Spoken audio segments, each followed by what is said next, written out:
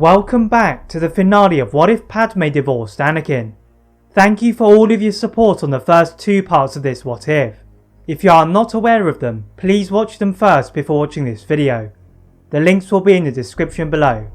Dooku quickly freed Obi-Wan, wary that Sidious would return at any moment, and the Jedi Master found himself staring at a blurry Dooku. Obi-Wan reached out to ignite his blade, but the usually calm Sith apprentice was distressed. Dooku pleaded with Obi-Wan to help him in defeating Sidious, but Obi-Wan stubbornly refused to go against the Jedi Code, and revealed that Anakin was the key.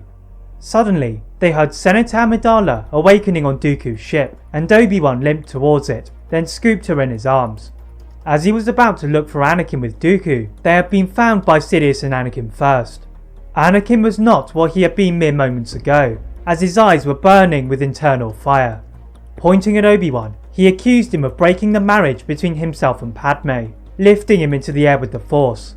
Dooku lifted his own ship in the way of Anakin's attacks, but as Sidious was about to retaliate, a Republic cruiser descended through the clouds on fire, and Sidious cackled again, as it appeared his execution of Order 66 had worked. Soon, however, his laughs turned into a frown, as on top of the trailing inferno was Jedi Grandmaster Yoda, arriving to uphold the entire reputation of the Jedi. Rolling to the floor, the Republic cruiser exploded behind him as he charged towards Sidious. The hooded figure who had plagued his visions countered Yoda's leap with a lightning attack, and soon the front of Dooku's castle became a scene of chaos. Sidious and Yoda separated themselves from the rest of the group, engaging in a ferocious lightsaber duel, whilst Anakin was fueled by his dark side and battled Obi-Wan and Dooku. Obi-Wan was hesitant to attack Anakin, and allowed Dooku to take the hits, whilst he brought Padme out of her slumber.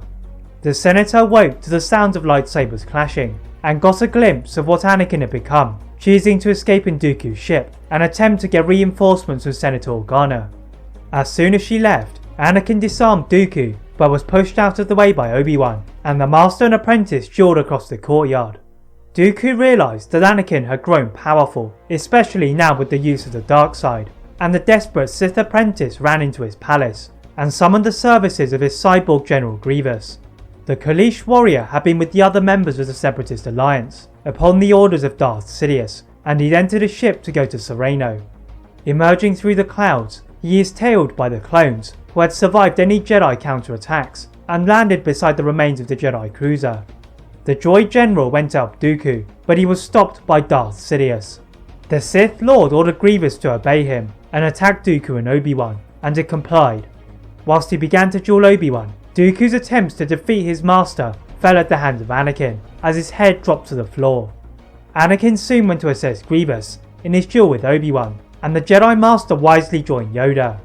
Together, they worked to formulate an escape, but Sidious had other ideas, slicing through Obi-Wan's tiring defences, and left Anakin to kill his former master, sealing his transformation to the dark side. Yoda used Obi-Wan's sacrifice to his advantage, vanishing into the hills below to retrieve the first ship he could find. Deflecting the hits of the clones, he finds a ship that hasn't exploded, and flew to Dagobah and began his self-imposed exile. Back on Sereno, Sidious ordered Grievous to dispatch of the Separatists, whilst he and Vader took the journey to Coruscant. The clones had worked well in killing the Jedi of the Temple and across the galaxy, and now they would be used to enforce Palpatine's new empire.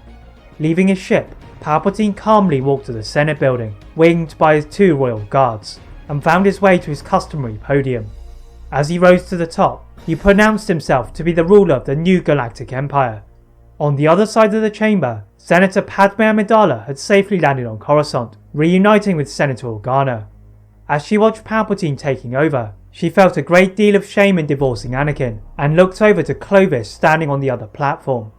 The Senator of Scipio was declaring his support for Palpatine, but he was met by a lightsaber through his back.